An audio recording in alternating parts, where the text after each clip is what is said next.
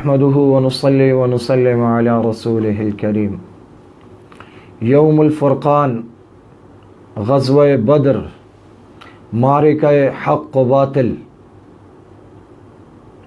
جب مشرکین مکہ سامنے نظر آنے لگے تو آپ صلی اللہ علیہ وسلم نے اللہ پاک سے دعا کی کہ اے اللہ، یہ مشرکین جو غرور و تکبر کرتے ہوئے آ رہے ہیں انہیں اینٹ کر رکھ دے. اور آپ صلی اللہ علیہ وسلم نے صفیں سیدھی فرمائیں. آپ کے ہاتھ میں ایک نیزہ تھا، اس سے آپ صفیں سیدھی فرما رہے تھے. حضرت سواد بن غزیہ آگے نکلے ہوئے تھے، ان کے پیٹ کو ایسے لگا، نوک چپ گئے. انہوں نے کہا یا رسول اللہ بدلہ دیں، آپ نے مجھے تکلیف پہنچائی. آپ نے بھی اپنی چادر ہٹا دی، پیٹ کھول دیا. آپ نے کہا لو بدلہ لے لو. وہ چمٹ گئے آپ کے ساتھ، بوسے لینے لگے. آپ صلی اللہ علیہ وسلم نے فرمایا سواد تمہیں کس چیز نے اس چیز پر آمادہ کیا؟ انہوں نے کہا یا رسول اللہ جو معاملہ ہے، جو صورتحال ہے وہ تو آپ کے سامنے ہے، آپ دیکھ ہی رہے ہیں، سامنے دشمن ہے.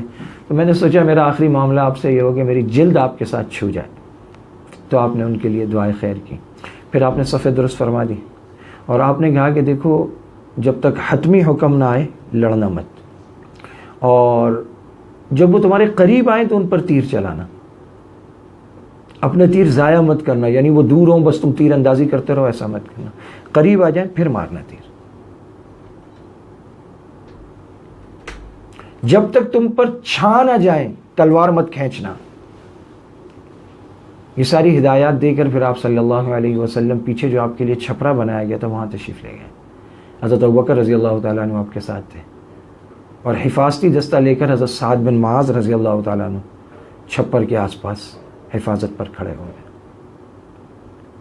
اب غزوہ بدر شروع ہوتا ہے. اس معرکے کا پہلا ایندھن کون بنا، نقطۂ آغاز کیا تھا، اور پھر یہ کیسے آگے بڑھا ہے اور کہاں گھمسان کا رن پڑا ہے، اسے ہم سیرت کی مشہور زمانہ کتاب الرحیق المختوم سے دیکھتے ہیں. دوسری طرف مشرکین کی صورتحال یہ تھی کہ ابو جہل نے اللہ سے فیصلے کی دعا کی. اس نے کہا اے اللہ، ہم میں سے جو فریق قرابت کو زیادہ کاٹنے والا ہے، جو زیادہ غلط حرکتیں کرنے والا ہے، اسے تو آج توڑ دے. اے اللہ، ہم میں سے جو فریق تیرے نزدیک زیادہ محبوب ہے اور زیادہ پسندیدہ ہے، آج اس کی مدد فرما. یہ ابو جہل کی دعا ہے. بعد میں اسی بات کی طرف اشارہ کرتے ہوئے اللہ پاک نے یہ آیت نازل فرمائی تھی، ان تستفتحوا فقد جاءکم الفتح وان تنتهوا فهو خیر لکم وان تعودوا نعد ولن تغنی عنکم فئتکم شیئا ولو کثرت وان اللہ مع المؤمنین. اگر تم فیصلہ چاہتے ہو تو تمہارے پاس فیصلہ آ گیا، اور اگر تم باز آ جاؤ تو یہی تمہارے لیے بہتر ہے. لیکن اگر تم اپنی اسی حرکت کی طرف پلٹو گے تو ہم بھی سزا کے ساتھ تمہاری طرف پلٹیں گے، اور تمہاری جماعت اگرچہ وہ زیادہ ہی کیوں نہ ہو تمہارے کچھ کام نہ آئے گی. اور یاد رکھو کہ اللہ تو مومنین کے ساتھ ہے، ان اللہ مع المؤمنین. اس نقطۂ آغاز میں اس معرکے کا جو پہلا ایندھن بنا ہے وہ تھا اسود بن عبد الاسد مخزومی. بڑا اڑیل اور بہت ہی بدخلق شخص تھا، اور جو حوض تھا اس میں پانی جمع کر لیا تھا مسلمانوں نے، اور کنویں پیچھے بلاک کر دیے تھے، اور تینوں کنووں کو پیچھے چھوڑتے ہوئے حوض پر مسلمان آ گئے تھے. تو وہ یہ کہتا ہوا حوض کی طرف بڑھا کہ میں تو یہ پانی پی کر رہوں گا، یا اسے ڈھا دوں گا یا جان دے دوں گا. جب یہ ادھر سے نکلا تو ادھر سے پھر حضرت حمزہ رضی اللہ تعالیٰ عنہ نکلے، اور دونوں میں حوض پر مدبھیڑ ہو گئی. تو حضرت حمزہ نے ایسی تلوار ماری کہ اس کا پاؤں نصف پنڈلی سے کٹ کر اڑ گیا. وہ پیٹھ کے بل گرا اور اس کے پاؤں سے خون کا فوارہ نکل رہا تھا، جس کا رخ اس کے ساتھیوں کی طرف تھا. لیکن اس کے باوجود وہ گھٹنوں کے بل گھسٹ کر حوض کی طرف بڑھا اور اس میں داخل ہی ہوا چاہتا تھا تاکہ اپنی قسم پوری کر لے. کہ اتنے میں حضرت حمزہ نے دوسری ضرب لگائی اور وہ حوض کے اندر ہی ڈھیر ہو گیا. یہ اس معرکے کا پہلا قتل تھا، اور اس سے جنگ کی آگ بھڑک اٹھی. چنانچہ اس کے بعد قریش کے 3 بہترین شاہ سوار نکلے جو سب کے سب ایک ہی خاندان کے تھے. ایک عتبہ، دوسرا اس کا بھائی شیبہ، اور یہ دونوں عتبہ اور شیبہ جو ہے ربیعہ کے بیٹے تھے، اور تیسرا ولید جو عتبہ کا بیٹا تھا. تو عتبہ اور اس کا بیٹا نکلے اور عتبہ اور اس کا بھائی، تو مطلب 3 ہوئے. عتبہ اپنے بھائی اور بیٹے کے ساتھ میدان میں آ گیا. تو انہوں نے اپنی سب سے الگ ہوتے ہی دعوت مباشرت دی. حل میں مبارس ہے کوئی؟ مقابلے کے لیے 3 انصار کے نوجوان نکلے، ایک عوف اور دوسرے معوذ، اور یہ دونوں حارث کے بیٹے تھے اور ان کی والدہ کا نام عفرا تھا، اور تیسرے حضرت عبداللہ بن رواحہ رضی اللہ تعالیٰ عنہ. قریشیوں نے کہا تم کون ہو؟ یہ تینوں انصار میں سے تھے. تو انہوں نے کہا کہ انصار کی ایک جماعت ہے. تو قریشیوں نے کہا کہ آپ لوگ تو شریف مد مقابل ہیں، لیکن ہمیں آپ سے سروکار نہیں ہے، ہم تو اپنے چچیرے بھائیوں کو چاہتے ہیں. پھر ان کے منادی نے آواز لگائی، محمد ہمارے پاس ہماری قوم کے ہمسروں کو بھیجو. تو رسول اللہ صلی اللہ علیہ وسلم نے فرمایا، عبیدہ بن حارث اٹھو، حمزہ اٹھیے، علی اٹھو. جب یہ لوگ اٹھے اور قریشیوں کے قریب پہنچے تو انہوں نے پوچھا آپ کون لوگ ہیں؟ تو انہوں نے اپنا تعارف کرایا. تو قریشیوں نے کہا ہاں آپ لوگ شریف مد مقابل ہیں. اس کے بعد معرکہ آرائی ہوئی.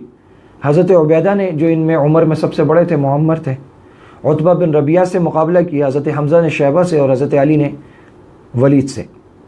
تو حضرت حمزہ اور حضرت علی نے تو اپنے مد مقابل کو جھٹ مار لیا، لیکن حضرت عبیدہ اور ان کے مد مقابل کے درمیان ایک ایک وار کا تبادلہ ہوا اور دونوں نے ایک دوسرے کو ایک ایک گہرا زخم لگایا. اتنے میں حضرت علی اور حضرت حمزہ اپنے اپنے شکار سے فارغ ہو کر آ گئے اور آتے ہی عتبہ پر ٹوٹ پڑے اور اس کا کام تمام کر دیا.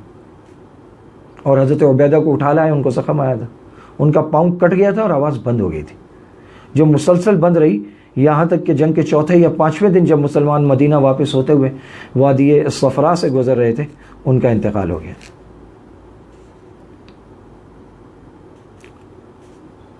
حضرت علی رضی اللہ تعالیٰ عنہ اللہ کی قسم کھا کر فرمایا کرتے تھے کہ یہ آیت ہمارے ہی بارے میں نازل ہوئی ہے.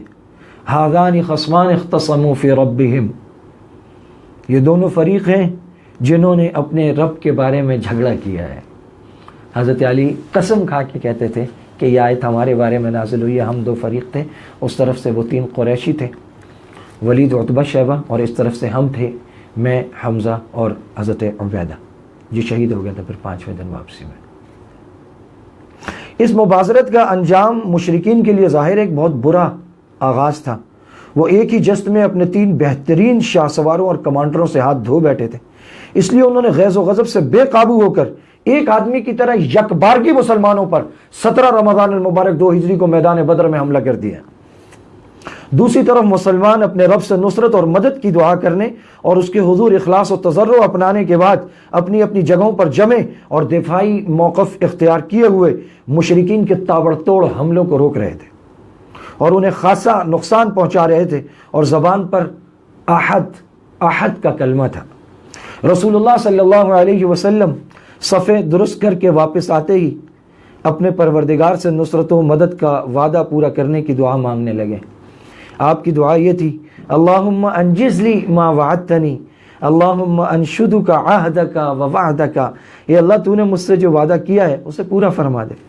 اے اللہ میں تجھ سے تیرا عہد اور تیرے وعدے کا سوال کرتا ہوں.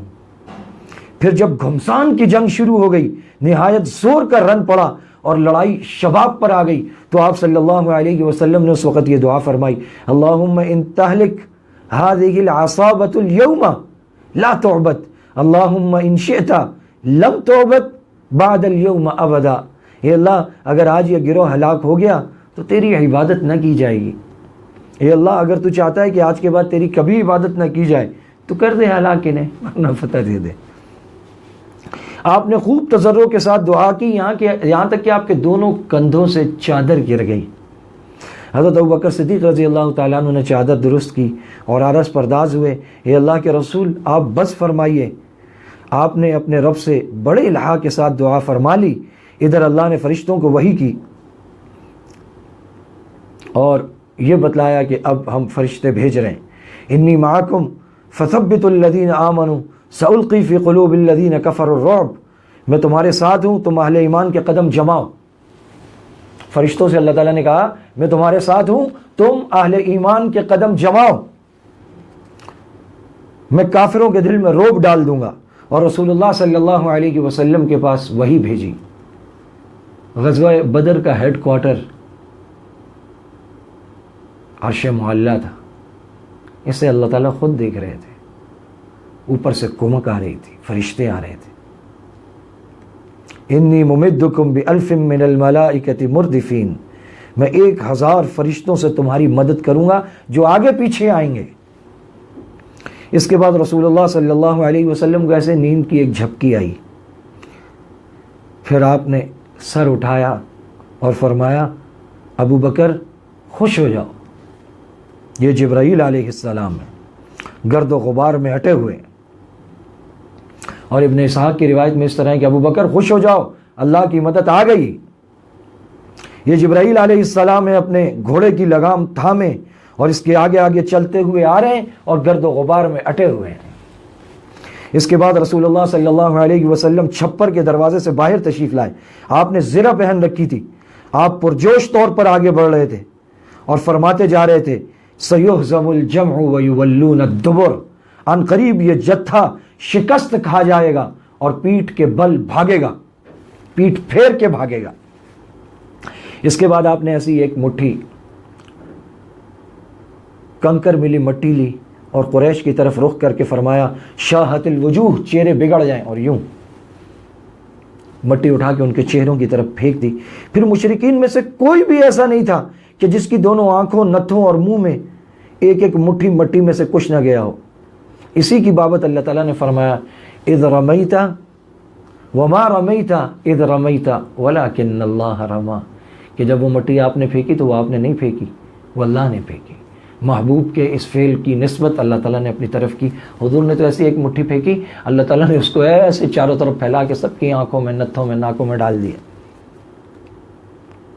اس کے بعد پھر آپ صلی اللہ علیہ وسلم نے جوابی حملے کا حکم اور جنگ کی ترغیب دیتے ہوئے فرمایا شدو، چڑھ دوڑو۔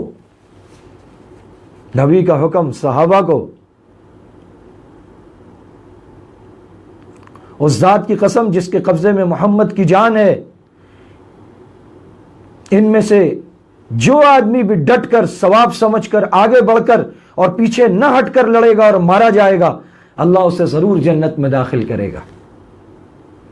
آپ نے قتال پر ابھارتے ہوئے یہ بھی فرمایا اس جنت کی طرف اٹھو جس کی پہنائیاں آسمانوں اور زمین کے برابر ہیں۔ آپ کی یہ بات سن کر عمیر بن حمام نے کہا بہت خوب، بہت خوب۔ رسول اللہ نے فرمایا تم بہت خوب، بہت خوب کیوں کہہ رہے ہو؟ انہوں نے کہا نہیں، خدا کی قسم ہے اللہ کے رسول، کوئی بات نہیں سوائے اس کے کہ مجھے توقع ہے کہ میں بھی اسی جنت والوں میں سے ہوں گا۔ آپ نے فرمایا تم بھی اسی جنت والوں میں سے ہو۔ اس کے بعد وہ اپنے توشدان سے کچھ کھجوریں نکال کر کھانے لگے، پھر بولے اگر میں اتنی دیر تک زندہ رہا کہ اپنی یہ کھجوریں کھا لوں تو یہ زندگی تو بڑی لمبی ہو جائے گی۔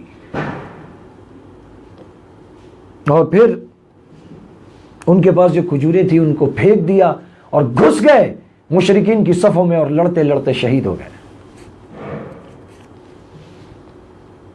اسی طرح مشہور خاتون افرا کے صاحبزادے عوف بن حارث نے دریافت کیا اے اللہ کے رسول، پروردگار اپنے بندے کی کس بات سے خوش ہو کر مسکراتا ہے؟ آپ نے فرمایا اس بات سے کہ بندہ خالی جسم بغیر حفاظتی ہتھیار پہنے اپنا ہاتھ دشمن کے اندر ڈبو دے۔ یہ سن کر عوف نے اپنے بدن سے زرہ اتار پھینکی اور تلوار لے کر دشمن پر ٹوٹ پڑے اور لڑتے لڑتے شہید ہو گئے۔ جس وقت رسول اللہ صلی اللہ علیہ وسلم نے جوابی حملے کا حکم صادر فرمایا، دشمن کے حملوں کی تیزی جا چکی تھی اور ان کا جوش و خروش سرد پڑ رہا تھا۔ اس لیے یہ باحکمت منصوبہ مسلمانوں کی پوزیشن مضبوط کرنے میں بہت مؤثر ثابت ہوا، کیونکہ صحابہ کرام کو جب حملہ آور ہونے کا حکم ملا اور ابھی ان کا جوش جہاد شباب پر تھا تو انہوں نے نہایت سخت، تند اور صفایا کن حملہ کیا۔ وہ صفوں کی صفیں درم برم کرتے ہوئے اور گردنیں کاٹتے آگے بڑھے۔ ان کے جوش و خروش میں یہ دیکھ کر مزید تیزی آ گئی کہ رسول اللہ صلی اللہ علیہ وسلم بنفس نفیس زرہ پہنے ہوئے اور تیز تیز چلتے ہوئے تشریف لا رہے ہیں، اور پورے یقین و صراحت کے ساتھ فرما رہے ہیں سیحزب الجمع ویولون الدبر، ان قریب یہ جتھا شکست کھا کر اور پیٹ پھیر کر بھاگے گا۔ اس لیے مسلمانوں نے نہایت پرجوش اور پرخروش لڑائی لڑی، فرشتوں نے بھی ان کی مدد کی۔ چنانچہ ابن سعد کی روایت میں حضرت عکرمہ رضی اللہ تعالیٰ عنہ سے مروی ہے کہ اس دن آدمی کا سر کٹ کر گرتا اور یہ پتہ نہ چلتا کہ اسے کس نے مارا، اور آدمی کا ہاتھ کٹ کر گرتا اور یہ پتہ نہ چلتا کہ اسے کس نے کاٹا۔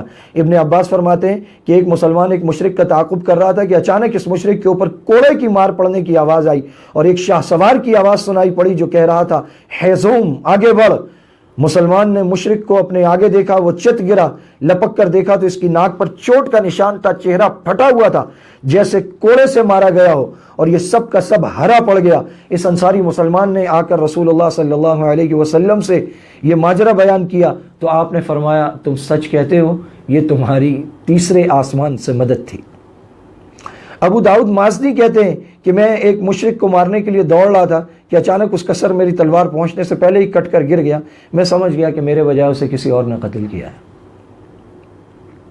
ایک انصاری حضرت عباس بن عبد المطلب کو قید کر کے لایا۔ حضرت عباس جو اس وقت مشرکین کی طرف سے لڑنے آئے تھے تو ایک انصاری صحابی ان کو قید کر کے لایا، تو حضرت عباس کہنے لگے واللہ مجھے اس نے قید نہیں کیا، مجھے تو ایک بے بال کے سر والے آدمی نے قید کیا ہے جو نہایت خوبرو تھا اور ایک چتکبڑے گھوڑے پر سوار تھا، اب میں اسے لوگوں میں نہیں دیکھ رہا ہوں۔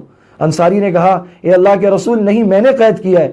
آپ نے فرمایا خاموش رہو، اللہ نے ایک بزرگ فرشتے کے ذریعے تمہاری مدد فرمائی۔ ابلیس سراقہ بن مالک بن جعشم مدلجی کی شکل میں آیا تھا اور مشرکین سے اب تک جدا نہیں ہوا تھا، لیکن جب اس نے مشرکین کے خلاف فرشتوں کی کاروائیاں دیکھی تو الٹے پاؤں پلٹ کر بھاگنے لگا، مگر اسے حارث بن حشام نے پکڑ لیا ابلیس کو۔ وہ سمجھ رہا تھا کہ یہ واقعی سراقہ ہے، لیکن ابلیس نے حارث کے سینے پر ایسا گھونسا مارا کہ وہ گر گیا اور ابلیس نکل بھاگا۔ مشرکین کہنے لگے سراقہ کہاں جا رہے ہو؟ کیا تم نے یہ نہیں کہا تھا کہ تم ہمارے مددگار ہو؟ تو اس نے کہا کہ بھائی میں وہ چیز دیکھ رہا ہوں جو تم نہیں دیکھتے، مجھے اللہ سے ڈر لگتا ہے اور اللہ بڑی سخت سزا والا ہے، اور اس کے بعد بھاگ کر سمندر میں داخل ہو گیا۔ تھوڑی دیر بعد مشرکین کا لشکر اس کے پاؤں اکھڑ چکے تھے اور شکست انہیں نظر آ رہی تھی اور ہار نوشتہ دیوار تھی، اور مسلمانوں کے تابڑ توڑ اور سخت حملے اور جس طرح مسلمانوں نے ان کی صفوں کو درم برم کیا تھا اور چیر کر رکھ دیا تھا، اس سب نے اب ان کے پاؤں اکھیڑ دیے تھے، بھگدڑ مچ گئی تھی اور مسلمانوں نے مارتے کاٹتے پکڑتے ان کا پیچھا کیا یہاں تک کہ ان کو شکست ہو گئی۔ طاغوت اکبر ابو جہل جب اس نے ابتدا میں اپنی صفوں میں اضطراب کی علامتیں دیکھی اور تو اس نے چاہا کہ اس سیلاب کے سامنے ڈٹ جائے، چنانچہ وہ اپنے لشکر کو للکارتا ہوا، اکڑتا ہوا اور تکبر کے ساتھ کہتا جا رہا تھا کہ سراقہ کی کنارہ کشی تمہیں پست ہمت نہ کر دے، کیونکہ اس نے محمد اور اس کے ساتھیوں کے ساتھ پہلے سے ساز باز کر رکھی تھی، تم پر عتبہ شیبہ اور ولید کے قتل کا ہول بھی سوار نہیں ہونا چاہیے، کیونکہ ان لوگوں نے جلد بازی سے کام لیا تھا۔ لات و عزہ کی قسم ہم واپس نہ ہوں گے یہاں تک کہ انہیں رسیوں میں جکڑ لیں، دیکھو تمہارا کوئی آدمی ان کے کسی آدمی کو قتل نہ کرے بلکہ انہیں پکڑو اور گرفتار کرو تاکہ ہم انہیں ان کی بری حرکت کا مزہ چکھائیں۔ لیکن اسے اس غرور کی حقیقت کا بہت جلد پتہ لگ گیا، کیونکہ چند ہی لمحے بعد مسلمانوں کے جوابی حملے کی تندی کے سامنے مشرکین کی صفیں پھٹنا شروع ہو گئی تھی۔ البتہ ابو جہل اب بھی اپنے ارد گرد مشرکین کا ایک غول لیے ہوئے جمع ہوا تھا۔ اس غول نے ابو جہل کے چاروں طرف تلواروں کی باڑ اور نیزوں کا جنگل قائم کر رکھا تھا، لیکن اسلامی ہجوم کی آندھی نے اس باڑ کو بھی بکھیر کر رکھ دیا اور اس جنگل کو بھی اکھیڑ دیا، اور اس کے بعد یہ طاغوت اکبر دکھائی پڑا۔ مسلمانوں نے دیکھا وہ ایک گھوڑے پر چکر کاٹ رہا ہے اور اس کی موت دو انصاری جوانوں کے ہاتھوں اس کا خون چوسنے کی منتظر تھی، اور وہ مشہور زمانہ واقعہ ہے معاذ اور معوذ کا جو حضرت عبد الرحمن ابن عوف نے بیان کیا ہے۔ فضائل صدقات میں عموماً وہ مساجد میں پڑھا جاتا ہے، سنا جاتا ہے کہ ان دو بچوں نے، کم عمر لڑکوں نے کس طرح ابو جہل کو مار گرایا، اور بالکل آخری وقت میں یہ زخمی تھا، معرکہ ختم ہو گیا تو رسول اللہ نے فرمایا کہ کون ہے جو دیکھے کہ ابو جہل کا انجام کیا ہوا۔ اس پر صحابہ کرام اس کی تلاش میں گئے تو حضرت عبداللہ ابن مسعود رضی اللہ تعالیٰ عنہ نے اس کو اس حال میں پایا کہ وہ اس کی سانس آ رہی تھی، تو انہوں نے اس کی گردن پہ پاؤں رکھا اور سر کاٹنے کے لیے ایسے داڑھی پکڑی اور ایسے، اور فرمایا اللہ کے دشمن، آخر اللہ نے تجھے رسوا کیا۔ اس نے کہا مجھے کاہے کو رسوا کیا؟ کیا جس شخص کو تم لوگوں نے قتل کیا ہے اس سے بھی بلند پایا کوئی آدمی ہے؟ یا جس کو تم نے قتل کیا ہے اس سے اوپر بھی کوئی آدمی ہے؟ پھر بولا کاش مجھے کسانوں کے بجائے کسی اور نے قتل کیا ہوتا۔ غرور و تکبر ختم نہیں ہوا۔ وہ دونوں انصاری صحابی تھے اور یہ لوگ زراعت سے وابستہ تھے، کہنے لگا کاش مجھے کسانوں کے سوائے کسی اور نے قتل کیا ہوتا۔ اس کے بعد کہنے لگا مجھے بتاؤ آج فتح کس کی ہوئی؟ حضرت عبداللہ ابن مسعود نے فرمایا اللہ اور اس کے رسول کی۔ اس کے بعد حضرت عبداللہ ابن مسعود جس کی گردن پر پاؤں رکھ چکے تھے ان سے کہنے لگا او بکری کے چرواہے تو بڑی اونچی اور مشکل جگہ پہ چڑھ گیا۔ واضح رہے کہ عبداللہ ابن مسعود رضی اللہ تعالیٰ عنہ مکہ میں بکریاں چرایا کرتے تھے۔ اس گفتگو کے بعد عبداللہ ابن مسعود رضی اللہ تعالیٰ عنہ نے اس کا سر کاٹ لیا اور رسول اللہ کی خدمت میں لا کر حاضر کرتے ہوئے عرض کیا یا رسول اللہ یہ رہا اللہ کے دشمن ابو جہل کا سر۔ آپ نے 3 بار فرمایا واقعی واقعی واقعی، اس خدا کی قسم جس کے سوا کوئی معبود نہیں۔ اس کے بعد فرمایا اللہ اکبر الحمدللہ الذی صدق وعدہ ونصر عبدہ وہزم الاحزاب وحدہ۔ اللہ اکبر، تمام حمد اللہ کے لیے ہے جس نے اپنا وعدہ سچ کر دکھایا، اپنے بندے کی مدد فرمائی اور تنہا سارے گروہوں کو شکست دی۔ پھر فرمایا چلو مجھے اس کی لاش دکھاؤ۔ تو حضرت عبداللہ ابن مسعود فرماتے ہیں کہ ہم نے آپ کو لے جا کر لاش دکھائی تو آپ نے فرمایا یہ اس امت کا فرعون ہے۔ 70 صنادید قریش کو مسلمانوں نے قتل کر دیا اور 70 کو قید کر لیا، اور اللہ تعالیٰ نے اس یوم الفرقان میں حق و باطل کے درمیان واضح فرق کر دیا، اور معرکہ حق و باطل میں بہت بڑی فتح اور نصرت مسلمانوں کو ملی، اور ان کے قدم جم گئے اور عرب میں ان کا سکہ بیٹھ گیا، دھاک بیٹھ گئی، اور مشرکین کی دھاک ختم ہو گئی، ان کا بھرم ٹوٹ گیا، ان کے قدم اکھڑ گئے اور ان کا سکہ وہ بازار میں کھوٹا ہو گیا۔ اسے یوم الفرقان معرکہ حق و باطل غزوہ بدر کہا جاتا ہے۔